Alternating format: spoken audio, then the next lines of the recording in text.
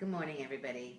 My name is Judy Heumann, and I'd like to welcome you to a special edition of The Human Perspective, hosted today at the National Council on Independent Living in Washington, D.C., and we'd like to thank Nickel for giving us some space.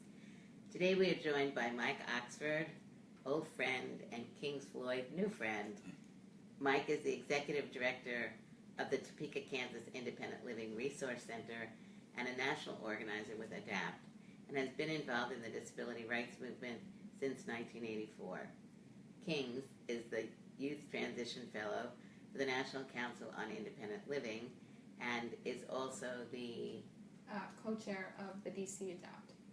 So I'd like to welcome both of you here. And yesterday, Thursday, the 22nd of June, I was really thrilled to see coverage going on from the Washington Post and the NBC about adapters here in D.C. Going to pay a visit to Senator McConnell.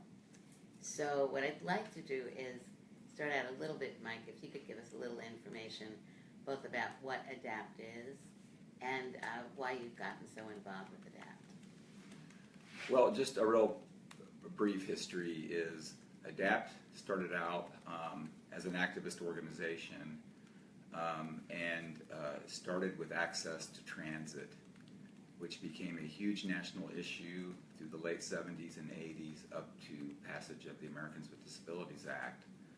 And ADAPT used classic civil disobedience strategy of disruption, nonviolent protest, and started out capturing buses and not letting them go anywhere with the idea of when we can all get on the bus, we'll all get on the bus and leave. Until then, no one's getting on this bus.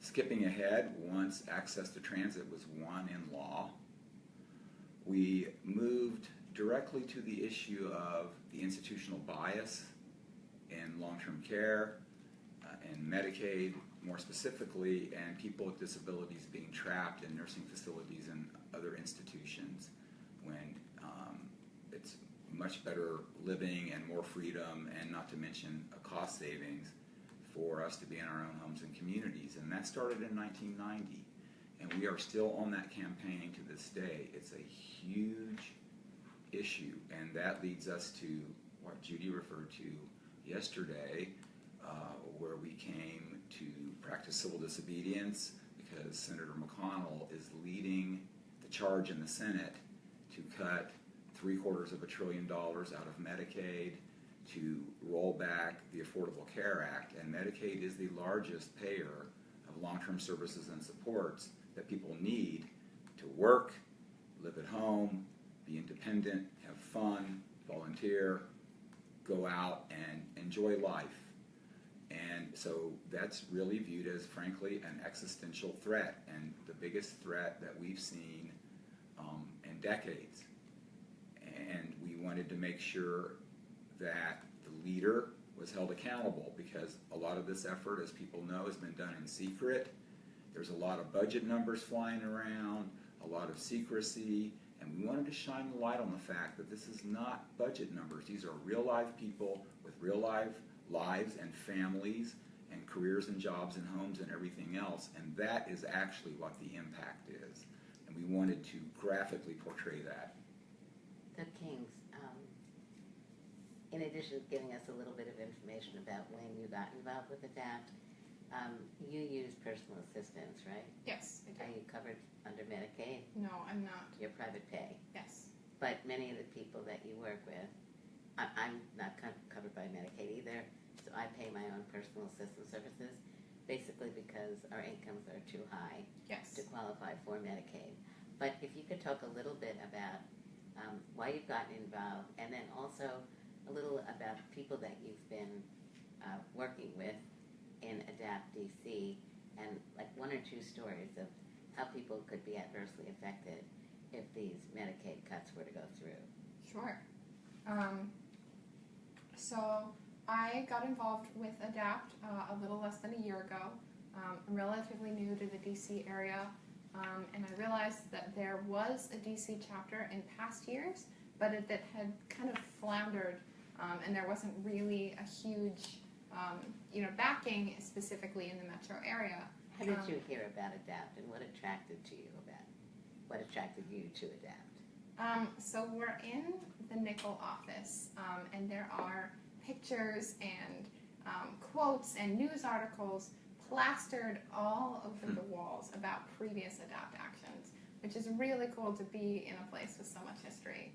But I heard about the changes that were enacted with transportation, with healthcare, with the lives of people with disabilities trying to live independently. And I was seeing a lot of problems specifically in the DC area because we didn't have a DC chapter that I wanted to rectify. And so myself and Laura Havelsorn got together and said, okay, we're going to restart this chapter. And that's what we did. And we have a great small core following. I'm hoping that this will kind of boost it a little bit more. But it's definitely been amazing to work with such advocates, both seasoned and otherwise. So many of the people that are going to be watching this don't really understand why an organization like ADAPT is important. So if we could spend a little bit of time talking about what personal assistance services actually mean to people graphically. So Sure. whether or not you're getting your personal assistance through Medicaid or not, explain a little bit about what it means and how it allows you to live your life. Sure. So a great example is last night we were kept in holding for over 10 hours. So you were arrested, Yes, I was arrested. and they took you to the DC jail? Yes. They took us to the DC Capitol Police. Mm-hmm. Okay. That's correct. And we were there for over 10 hours. The bathrooms weren't accessible, and so a lot of people were separated from their personal care assistants. And not only were the bathrooms inaccessible, but they didn't have the people that they needed to help them use the bathroom. And so that was a huge deal, especially for the women, because the women's room wasn't accessible. And so everyone was having to use the men's room, which wasn't accessible by ADA standards either. But we were separated from what looked like our able-bodied peers. And a lot of these peers were personal care assistants. And so that means people don't get to go to the bathroom. That means people can't feed themselves. That means people can't take the self-care that they need in order to keep living their lives independently in the way that they define independence. Whether that's choosing to be arrested or going to your job or going to your school or living your life in your home with your family.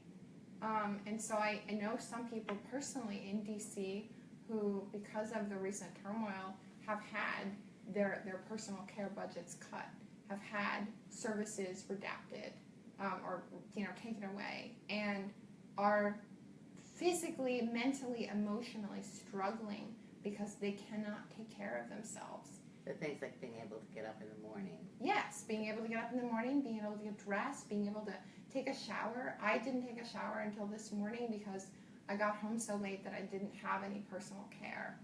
And I'm lucky enough to be able to do some stuff independently on my own. But there are people that need other help, and that's totally fine, but we should be supporting them with the services that they need. And these drastic cuts won't do that. So Mike, you've been involved not just with ADAPT, but with independent living. And as the director for the center in Topeka, could you also give us some examples of work that's been done to help people move out of nursing homes into the community? And in addition to the fact that, as you've said, it's much cheaper to support people in the community, which I want to underscore, but if you could maybe give some descriptions of the kinds of people that you've been able to assist. Right, so just to back up a little history, I started independent living with an early leader at Nickel, past president named Gina McDonald, hired me when I was still in graduate school, didn't know anything, gave me a chance, and I really fell in love with the civil rights struggle, and we were assisting because she had designed a program before our state had a Medicaid waiver, state funded, that was assisting people with moving out of the state hospitals into their own homes and apartments. That's what I did. I way back when I was physically more able to do things, and I was helping people with attendant services, learning to cook, budget, get around town. And this is in a very small rural town called Abilene, Kansas. It was a one-person shop, and I loved it, and I've never looked back since. And I always thought that is a major piece of independent living. And so because of that, the intersection with me of independent living, with that, and then with ADAPT, which was all about the institutional bias and people getting services that they need. And one of the bills that our past hero, Senator Harkin, wrote for us and introduced many years, had a piece in it called Money Follows the Person. We never got our bill passed, but Senator Harkin and Senator Kennedy, other leaders back then, pulled that piece out of the bill and got $1.75 billion in funding for it, and that began Money Follows the Person, which has been around a long time. And the last I checked, over 68,000 people have been assisted with moving out of various kinds of institutions, state hospitals, mental institutions, nursing facilities, into their own homes, into integrated settings. And this is just an important intersection, and that program is going away in every state in the country. It's sunsetting. The new leadership has refused to put it back in place or put funding in it. It was part of Medicaid under the Affordable Care Act. And to me, that's 68,000 people in the future of our brothers and sisters that now aren't going to have a chance, and they're going to be trapped in these institutions against their wishes and unnecessarily. And the other thing that happened with the Americans with Disabilities Act is there's a little piece of language in it that says services and benefits, I'm paraphrasing, must be provided in the most integrated setting. Right. The U.S. Supreme Court interpreted that language in a decision called Olmstead, which was Tommy Olmstead was the Medicaid director of Georgia in 1999, and they interpreted that to mean that people who are residing in institutions who wish to move into the community and otherwise would be okay doing that have a right, have a right under the law to do that. And these things all intersect, and many of us are deathly afraid of the weakening of this, because the fact is there does need to be funding to pay for services and supports for people. And to me, that's how all these things move together, and which is what arrives us at the last few years, including yesterday, about making sure everybody in the public understands what's really going on with this and how important it is. It's a travesty. It feels like we're marching backwards instead of forwards, and I think many of us feel like it's an existential threat, and we're going to fight tooth and nail against this kind of thing. So maybe you could give us a little bit more information about yesterday. So how many people were there, and where were they from? There were 61 people total from Kansas, Denver, Colorado, Rochester, Maryland, Rochester, New York, Philadelphia, D.C., I think Massachusetts was there. Boston, Massachusetts, Delaware. That's Many states. Yeah. many states. People who could get here came to participate because of what the announced timing of this legislation is. And just a little piece of important context for people to understand, this budget reconciliation process that they're using can only deal with... Budget reconciliation process means that the House passed a bill, the Senate is proposing to pass legislation by next week. The bills are not identical, so they're going to have to make sure they can come up with one bill. Right. And the other thing about it is, when this started, it was called the cloture rule in the Senate. You needed 60 votes. Budget reconciliation. To end debate. Yeah, to end debate and move it onto the floor to final action. But under this budget reconciliation, you only need 51 votes. And so they know they don't have 60 votes, and so they're trying to do this. But the problem with Medicaid, being the largest funder, is that the structure of Medicaid cannot be changed under this budget. It's only the money part. So all the Medicaid mandatory services and benefits, some of which are very important, others which we question, like nursing facility being mandatory. If you cut a bunch of money out, the federal statute requiring the mandatory services still exists. So And Home and Community Service are the single largest optional program in every state's budget.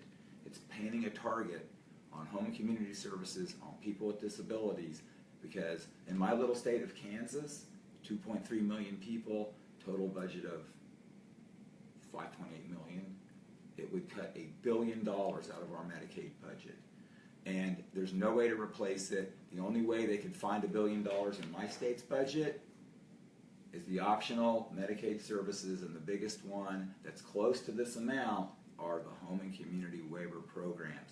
So what's important to understand here is Medicaid is federal state match. The federal government puts the majority of the money in. So what Mike is saying is if the federal government reduces the amount of money that it's giving to the states have a couple of options.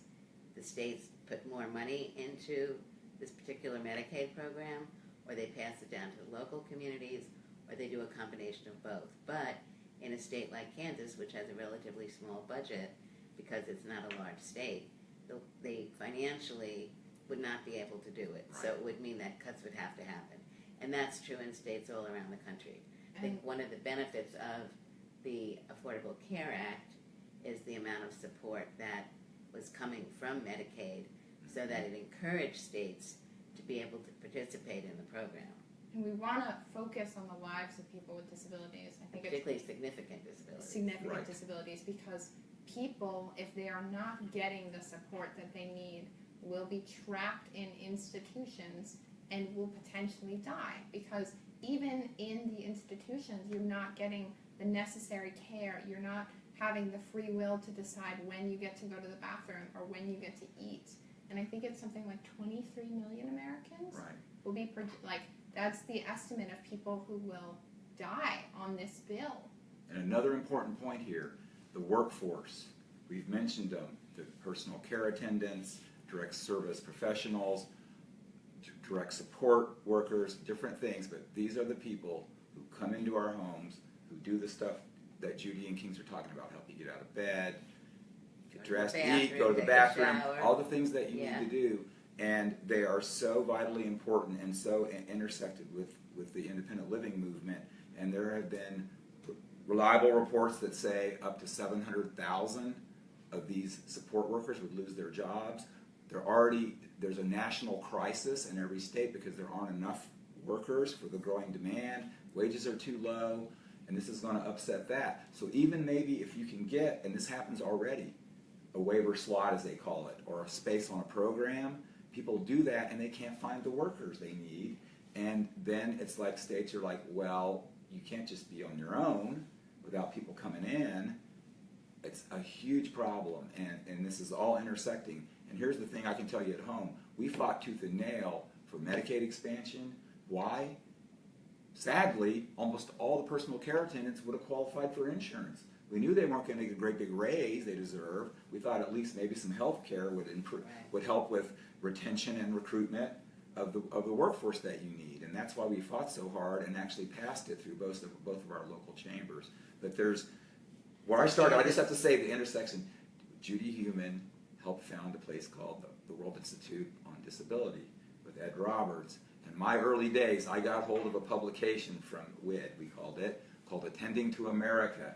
I still use it for training. I showed it to Taylor the other day, and I read through. It was also about self-direction we haven't gotten to, but here's what I did. And I was full-time state legislative advocate at the time. Went to the back, and they had a nice index back there of every state program and all the contact information. This is pre-digital. So I hand-wrote letters in ink to every contact saying, send me your laws, your regulations, your programs, and I gathered them. There were something like 30-something of them, and we used that to pass our self-direction legislation back in 1989, and that law is on the books today in our state. People have a right to direct their own services. It doesn't matter your age, your label, your need. If you want to do it, you can direct it, and also family members can assist with that. So it's by or on behalf of. So people with who need cognitive assistance also can self-direct through the support that they choose. And we got that, I got that from Judy, and that thing is so important, and I still use it, and that's really Kansas and Judy and National and ADAPT and all this stuff to me becomes the same thing. It's all about liberty and being able just to be on the planet doing our own thing, whatever that may be, like anybody else. So let's spend a few minutes. Okay, I'm being told we have to wrap up, and we've gone longer than our regular 10 minutes. But in a couple of words, what did it feel like yesterday to be arrested with all the media around? So I was one of the last people in the hallway arrested, and the police officer, I told her, like, I'm not going to resist, like, I will do what you tell me to, and there are some people who were being more passive than others, but she was like, you know, you can slow down as much as you like, but don't stop in front of the media. And they were like, clear a path, because there were so many people with cameras and you know, asking questions and you know, people coming up and down the hallway kind of wondering what's going on. And it was this really big ebb and flow throughout the day because we were allowed our cell phones and then we weren't allowed our cell phones. How did you feel, in a word? Important. Good. I felt like we were doing something. I felt like we were getting the attention that it needed, you know, slowly ramping up throughout the day, but I felt like people were starting to catch on to how crucial this issue is for the lives of people with disabilities. For me, it's powerful because it's our group. There is a electricity that goes along of our group, and we feed off each other, and it creates power that we don't have as individuals. And that's why I love ADAPT, and I've been going back for 27 years. It's a group power that is indescribable, but it's like electricity, and we kind of telepathically support each other to do things that you probably wouldn't do if it was one or two of you, but we're able to do together just by being together. I got a call from Judy, and then Mike got a call from Judy, and then Mike got a call from someone else, and then someone else got a call from a different reporter, and we're all in this giant holding cell, and there's probably 17 to 20 of us, and we were separated. But there's so many people, and they're realizing that we're starting to get attention, and it boosts morale just a little bit more, and then the crowd kind of dies down. And then someone gets another call, and it happens all over again. And we just continue to support each other, and it's just such a great, great feeling. So I'd like to thank both of you, and I hope our audience is sticking with us and listening to this entire program. We are going to do our very best to get this captioned today, but if not, it will be captioned by tomorrow. I'd like to thank you all for joining us today, and we will go back to resuming our regular Human Perspective interviews next week, where we're going to be interviewing Andy Arias, actor and disability rights advocate. And remember that this month is the LGBTQ Pride Month, so you'll really enjoy listening to Andy. He's doing some great work as a disabled person from the LGBT community. Thank you all, and please keep sharing this with your friends. We'd like to get this not only broader in the United States, but internationally as well. Have a good day.